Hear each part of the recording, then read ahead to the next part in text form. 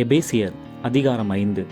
ஆதலால் நீங்கள் பிரியமான பிள்ளைகளைப் போல தேவனை பின்பற்றுகிறவர்களாகி, கிறிஸ்து நமக்காக தம்மை தேவனுக்கு சுகந்த வாசனையான காணிக்கையாகவும் பலியாகவும் ஒப்பு கொடுத்து நம்மில் அன்பு கூர்ந்தது போல நீங்களும் அன்பிலே நடந்து கொள்ளுங்கள். மேலும் பரிசுத்தவான்களுக்கு ஏற்றபடி வேசித்தனமும் மற்றெந்த அசுத்தமும் பொருளாசையும் ஆகிய இவைகளின் பேர் முதலாய் உங்களுக்குள்ளே சொல்லப்படவும் கூடாது. அப்படியே வம்பும் புத்தியீனமான பேச்சும் பரியாசமும் தகாதவைகள். ஸ்தோத்திரம் செய்தலே தகும். விபச்சாரக்காரனாவது அசுத்தனாவது விக்கிரக ஆராதனைக்காரனாகிய பொருளாசைக்காரனாவது தேவனுடைய ராஜ்யமாகிய கிறிஸ்துவின் ராஜ்யத்திலே சுதந்திரம் அடைவதில்லை என்று அறிந்திருக்கிறீர்களே. இப்படிப்பட்டவைகளின் நிமித்தமாக கீழ்ப்படியாமையின் பிள்ளைகள் மேல் தேவ கோபாக்கினை வருவதால் ஒருவனும் உங்களை வீண் வார்த்தைகளினாலே மோசம் போக்காதபடிக்கு எச்சரிக்கையாயிருங்கள். அவர்களுக்கு பங்காளிகளாகாதிருங்கள். முற்காலத்தில் நீங்கள் அந்தகாரமாயிருந்தீர்கள், இப்பொழுதோ கர்த்தருக்குள் வெளிச்சமாயிருக்கிறீர்கள். வெளிச்சத்தின் பிள்ளைகளாய் நடந்து கொள்ளுங்கள். ஆவியின் கனி சகல நற்குணத்திலும் நீதியிலும் உண்மையிலும் விளங்கும். கர்த்தருக்கு பிரியமானது இன்னதென்று நீங்கள் சோதித்து பாருங்கள். கனியற்ற அந்தகார கிரியைகளுக்கு உடன்படாமல் அவைகளை கடிந்து கொள்ளுங்கள். அவர்களால் ஒளிபிடத்தில் செய்யப்படும் கிரியைகளை சொல்லுகிறதும் அவலட்சணமாயிருக்கிறதே. அவைகளெல்லாம் கடிந்து கொள்ளப்பட்டு வெளிச்சத்தினால் வெளியரங்கமாகும். வெளியரங்கமாக்குகிறதெல்லாம் வெளிச்சமாயிருக்கிறது.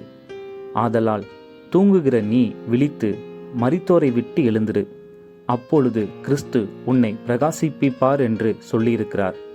ஆனபடியினாலே நீங்கள் ஞானமற்றவர்களைப் போல நடவாமல் ஞானம் உள்ளவர்களைப் போல கவனமாய் நடந்து கொள்ள பார்த்து, நாட்கள் பொல்லாதவைகளானதால் காலத்தை பிரயோஜனப்படுத்தி கொள்ளுங்கள். ஆகையால் நீங்கள் மதியற்றவர்களாயிராமல் கர்த்தருடைய சித்தம் இன்னதென்று உணர்ந்து கொள்ளுங்கள். துன்மார்க்கத்திற்கு ஏதுவான மதுபான வெறி கொள்ளாமல் ஆவியினால் நிறைந்து சங்கீதங்களினாலும் கீர்த்தனைகளினாலும் ஞான பாட்டுகளினாலும் ஒருவருக்கொருவர் புத்தி சொல்லி கொண்டு உங்கள் இருதயத்தில் கர்த்தரை பாடி கீர்த்தனம் பண்ணி, நம்முடைய கர்த்தராகிய இயேசு கிறிஸ்துவின் நாமத்தினாலே எப்பொழுதும் எல்லாவற்றிற்காகவும் பிதாவாகிய தேவனை ஸ்தோத்தரித்து தெய்வ பயத்தோடே ஒருவருக்கொருவர் கீழ்ப்படிந்திருங்கள். மனைவிகளே, கர்த்தருக்கு கீழ்ப்படுகிறது போல உங்கள் சொந்த புருஷருக்கு கீழ்ப்படியுங்கள். கிறிஸ்து சபைக்கு தலையாய் இருக்கிறது போல புருஷனும் மனைவிக்கு தலையாய் இருக்கிறான். அவரே சரீரத்திற்கும் இரட்சகராய் இருக்கிறார். ஆகையால் சபையானது கிறிஸ்துவுக்கு கீழ்ப்படுகிறது போல மனைவிகளும் தங்கள் சொந்த புருஷர்களுக்கு எந்த காரியத்திலேயும் கீழ்ப்படிந்திருக்க வேண்டும். புருஷர்களே, உங்கள் மனைவிகளில் அன்பு கூறுங்கள்.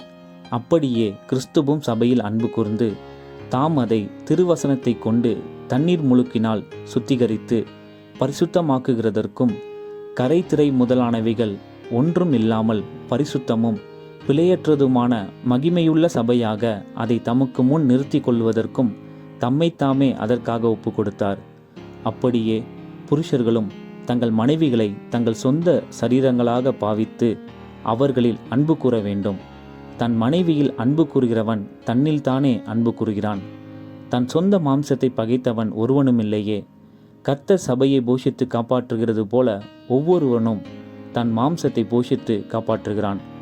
நாம் அவருடைய சரீரத்தின் அவயவங்களாயும் அவருடைய மாம்சத்திற்கும் அவருடைய எலும்புகளுக்கும் உரியவர்களாயும் இருக்கிறோம். இது நிமித்தம் மனுஷன் தன் தகப்பனையும் தன் தாயையும் விட்டு தன் மனைவியுடன் இசைந்து இருவரும் ஒரே மாம்சமாயிருப்பார்கள். இந்த இரகசியம் பெரியது. நான் கிறிஸ்துவை பற்றியும் சபையை பற்றியும் சொல்லுகிறேன். எப்படியும் உங்களிலும் அவனவன் தன்னிடத்தில் அன்பு கூறுவது போல தன் மனைவி இடத்திலும் அன்பு கூற கடவன். மனைவியும் புருஷனிடத்தில் பயபக்தியாயிருக்க கடவள்.